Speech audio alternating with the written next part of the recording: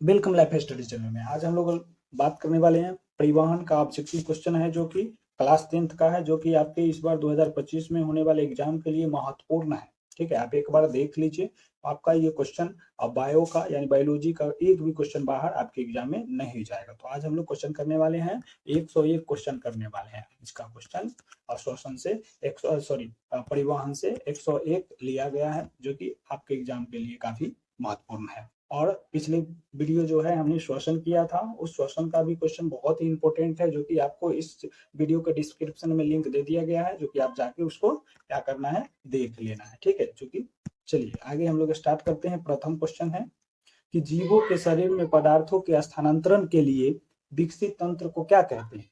तो उस तंत्र को हम लोग परिवहन तंत्र कहते हैं। खुला परिसंचरण तंत्र किस में होता है? तो खुला परिसंचरण तंत्र तलचट्टा में होता है। इसमें किसी प्रकार की कोई रक्त बहने वाली जो नली होते हैं वो नहीं पाए जाते हैं। अगली क्वेश्चन है कि चालनी नालिका कहाँ पाई जाती है? तो चालनी नालिका फ्लोएम में पाई जाती है। वाष्पोत्सर्जन किसे कहते हैं? तो जल का वाष्प के रूप में निष्कासन वो वाष्पोत्सर्जन कहलाता है। अगली क्वेश्चन, स्थानांतरण किसे कहेंगे? तो स्थानांतरण जो हम कहेंगे पदार्थों का एक जगह से दूसरे जगह आना जाना को हम लोग क्या कहेंगे? स्थानांतरण कहेंगे। अगले क्वेश्चन के पदार्थों में पौधों में खाद्य पदार्थों का स्थानांतरण किस रूप में होता है? तो सुक्रोज में होता है। अगले क्वेश्चन है खनिज लवणों का अवशोषण किस रूप में होता है? तो नाइट्रेट के रूप में होता है। खाद्य पदार्थों का स्थानांतरण क्यों जरूरी है? सभी कोशिकाओं के विकास एवं जैविक क्रियाओं के संचालन हेतु जरूरी है। अगले क्वेश्चन है कि रक्त के विभिन्न अवयवों के नाम लिखे, जिसमें प्लाज्मा, आरबीसी, डब्ल्यूबीसी एवं प्लेटलेट्स होता है। जैसे रक्त जो होते हैं, रक्त जो दो चीजों से मिलकर बना है, एक प्लाज्मा और दूसरा क्या है? रक्त कणिका। ये रक्त कणिका के अंतर्गत में ये तीन जो है डब्ल्यूबीसी, आरबीसी, प्लेटलेट्स, ये तीनों आ जाते हैं। ठीक है, अगली क्वेश्चन है कि रक्त परिसंचरण तंत्र के तीन प्रमुख अवयवों के नाम बताइए। तो रक्त, रक्तवाहिनी और हृदय हो जाएगा। अगली क्वेश्चन है रक्त किस प्रकार का उत्तक है? तो रक्त जो है तरल संयोजी उत्तक है। और लाल रक्त कोशिकाओं का निर्माण शरीर में कहाँ होता है? तो अस्थि मज्जा में होता है। मनुष्य में लाल और श्वेत रक्त कोशिका में से कौन एक दूसरे की अपेक्षा बहुत कम है? तो सबसे कम कौन रहेगा? तो श्वेत रक्त कणिकाएं, डब्ल्यूबीसी है ना। और ज्यादा आरबीसी। ज्यादा कौन है? आरबीसी, और कम है डब्ल्यूबीसी। अगली क्वेश्चन है कि लाल रक्त क्यों दिखाई देते हैं? तो लाल रक्त जो है हीमोग्लोबिन के कारण दिखाई देते हैं। मनुष्य के हृदय में चार कौन कौन से विषम होते हैं? तो दायां अलिंद, बायां अलिंद, दायां नीले और बायां नीले।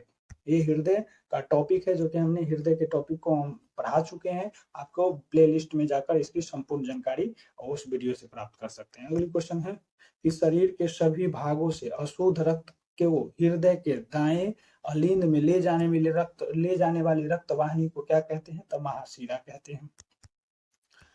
हृदय के बाएं अलिंद और बाएं नीले छिद्र पर स्थित कपाट के नाम लिखे। तो उस कपाट का नाम है द्विदलीय कपाट है। एक उसके विपरीत जो है बगल में, उसको वो त्रिदलीय कपाट के नाम से जाना जाता है। अगली क्वेश्चन है कि फेफड़ों से शुद्ध रक्त को बनाए बाएं अलिंद में ले जाने वाली रक्त वाहिनी का नाम बताइए। तो ये है फुफ्फुस शिरा है। अगली क्वेश्चन है 19 नंबर क्वेश्चन, हृदय के वेशमों का संकुचन क्या कहलाता है? तो सिस्टोल कहलाता है। शरीर की ऐसी धमनी का नाम लिखिए जिसमें डीऑक्सीजनित रक्त प्रवाहित होता है। तो फुफ्फुस धमनी में, यानी जिसमें ऑक्सीजन नहीं पाया जाता तो फुफ्फुस धमनी में पाया जाता है। फुफ्फुस धमनी में से प्रवाहित होते हैं बिना ऑक्सीजन के रक्त। अगले क्वेश्चन 21 नंबर क्वेश्चन है कि शरीर की ऐसी शिरा का नाम लिखे जिसमें ऑक्सीजन जनित रक्त प्रवाहित होता है। तो ये हो फुफ्फुस शिरा हो जाएगा। 22 नंबर क्वेश्चन, विभिन्न सिरिकाएं आपस में जुड़कर किस रक्त वाहिनी का निर्माण करते हैं? तो शिरा का निर्माण करते हैं। एक कोशिकीय पौधे का नाम बताए जिसमें परिवहन विसरण के द्वारा होता है। तो शैवाल में होते हैं। अगली क्वेश्चन 24 नंबर क्वेश्चन है कि पौधे में जल तथा खाद्य पदार्थों के स्थानांतरण करने वाले उत्तकों को क्या कहते हैं? तो संवहन उत्तक कहते हैं। जल संवाहक उत्तक में पाए जाने वाली लंबी तथा बेलनाकार नलिकाएं क्या कहलाती है? तो जाइलम कहलाती है। 26 नंबर क्वेश्चन, जाइलम और फ्लोएम में किसकी कोशिकाएं मृत होती हैं? तो जाइलम की मृत होती है।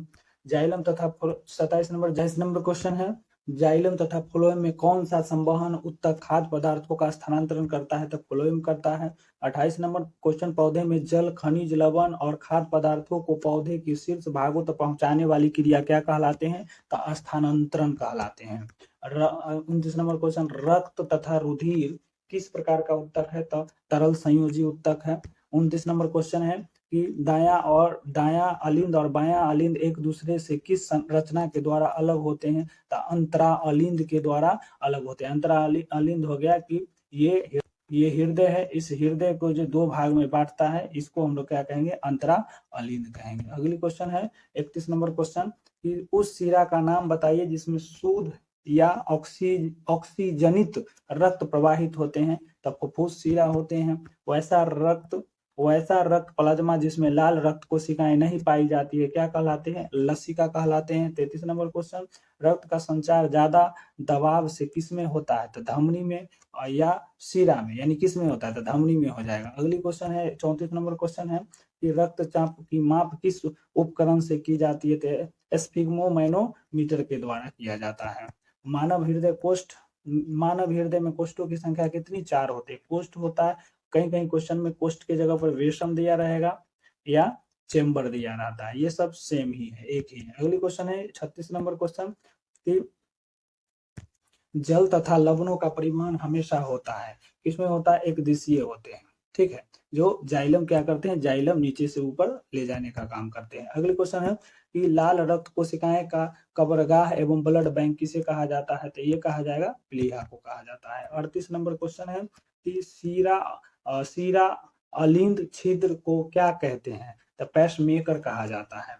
29 नंबर क्वेश्चन है कि उच्च रक्तचाप की अवस्था को क्या कहते हैं? तो उच्च रक्तचाप की अवस्था को हाइपर टेंशन कहा जाता है, हाइपर टेंशन कहा जाता है। अगली क्वेश्चन 40 नंबर क्वेश्चन, ब्रेन हेमरेज का मुख्य कारण क्या है? तो हाइपरटेंशन के कारण ब्रेन हेमरेज हो जाता है। इनमें से रक्त बैंक के नाम से जाना जाता है, कौन जाना जाता है? पीलिया जाना जाता है। पीलिया कब्रगाह के नाम से भी जाना जाता है और रक्त बैंक के नाम से भी जाना जाता है। 32 नंबर क्वेश्चन है कि एक हृदय चक्र में कितना समय लगता है? तो 0.8 सेकेंड लगता है। मानव हृदय का औसत प्रकुंचन दाब है लगभग कितना है? तो 120 mmHg। अगली क्वेश्चन है 44 नंबर क्वेश्चन है कि शरीर का रक्त दायां अलिंद में से प्रवेश करता है, शरीर का रक्त दायां अलिंद में से प्रवेश करता है, तो यह एक अग्र महाशिरा एवं एक पक्ष महाशिरा से। अगली क्वेश्चन 45 नंबर क्वेश्चन है कि अशुद्ध रक्त फेफड़ों से हृदय में जाता है फुफ्फुस धमनी द्वारा। 46 नंबर क्वेश्चन है कि धमनियों का कार्य क्या है? तो शुद्ध रक्त का वहन करना। अगली क्वेश्चन, धमनियों शुद्ध रक्त कहाँ पहुंचाती है? तो हृदय से शरीर के विभिन्न भागों में पहुंचाती है। शिराएं अशुद्ध रक्त पहुंचाती है शरीर के अंगों से हृदय की ओर, शरीर के अंगों से हृदय की ओर पहुंचाने का काम शिराएं करते हैं। 49 नंबर क्वेश्चन है, ये कोशिकाएं रक्त स्त्राव को रोकती है, प्लेटलेट कोशिकाएं। 50 नंबर क्वेश्चन है कि लसिका रंगहीन है क्योंकि इसमें लाल रक्त कोशिकाएं नहीं पाई जाती है, यानी कि हीमोग्लोबिन नहीं पाई जाती है। तो 51 नंबर क्वेश्चन है कि रंध्रों द्वारा जल का निष्कासन क्या कहलाता है? तो वाष्पोत्सर्जन कहलाता है। 52 नंबर क्वेश्चन है कि वाष्पोत्सर्जन का क्या महत्व है? तो इसमें तो इनमें से सभी दिया हुआ है जो कि मिस्टेक है। इसका सही उत्तर हो जाएगा कि पौधों के विभिन्न भागों तक पानी और खनिजों के संचालन में मदद करता है, ठीक है। अगली क्वेश्चन है 53 नंबर कि रक्तचाप क्या है? तो महाधमनी एवं उसकी शाखाओं में होता है। अगली क्वेश्चन कि हीमोग्लोबिन को लाल रंग देता है, कौन देता है? तो हीमोग्लोबिन को लाल रंग लौह देता है। हीमोग्लोबिन की कमी से क्या होता है? तो एनीमिया रोग होता है। अगले क्वेश्चन है 56 नंबर क्वेश्चन है कि सामान्य अनुशीतलन रक्त दाब होता है कितना? 80 mm होते हैं। दोहरा परिसंचरण नहीं पाया जाता, किसमें? मछली में नहीं पाया जाता है। 58 नंबर क्वेश्चन है कि मनुष्य में श्वेत रक्त कोशिका का जीवन अवधि कितना है? तो मनुष्य में श्वेत रक्त का 12 से 20 दिन तक है। हृदय, अगली क्वेश्चन 59 नंबर की हृदय के डैश से फेफड़ा में रक्त जाता है, तो किससे जाता है? दायां अलिंद से जाता है। अगली क्वेश्चन है 60 नंबर क्वेश्चन, किस जीव में ऑक्सीजन ऊतकों तक रक्त के माध्यम से नहीं जाता है? तो तिलचट्टा। 61 नंबर क्वेश्चन कि किस जीव में हीमोग्लोबिन नहीं होता है? तो मक्खी में नहीं होता है। एक स्वस्थ मनुष्य का रक्तचाप कितना 120/80 होता है। और मानव रुधिर वहन करता है, किसको करता है? तो मानव रुधिर वहन जो है ऑक्सीजन, है ना, ऑक्सीजन एवं CO2 का वहन करने का कार्य करता है। और इसके साथ साथ जो है अन्य जो भोज्य पदार्थ होते हैं, उस भोज्य पदार्थ से जो ऊर्जा का निर्माण होता है, उस ऊर्जा को तमाम कोशिकाओं तक पहुंचाने का काम करता है। कि फुफ्फुस शिराओं में ऑक्सीजन प्रचुर रुधिर जाता है हृदय के, किससे? तो बाएं अलिंद में। सरीसृप के हृदय में कितने कोष्ठ होते हैं? तो 3 कोष्ठ होते हैं। रुधिर का कौन सा अवयव रक्त स्त्राव को रोकने में मदद करता है? तो प्लेटलेट। अगली क्वेश्चन है, पादप में जाइलम उत्तरदायी जल का वाहन का। फ्लोएम से खाद्य पदार्थों का परिवहन पौधे में किस दिशा में होता है? तो ऊपर और नीचे दोनों दिशा में होता है। यानी जाइलम जो है सिर्फ एक ही दिशा में जाते हैं जाइलम, और फ्लोएम जो है, ये फ्लोएम ऊपर और नीचे दोनों दिशा में बने हुए भोज्य पदार्थ को आदान प्रदान करने का काम करता है। अगले क्वेश्चन 70 नंबर क्वेश्चन है कि हृदय के वेशमों का शीतलन क्या कहलाता है? तो डायस्टॉल कहलाता है।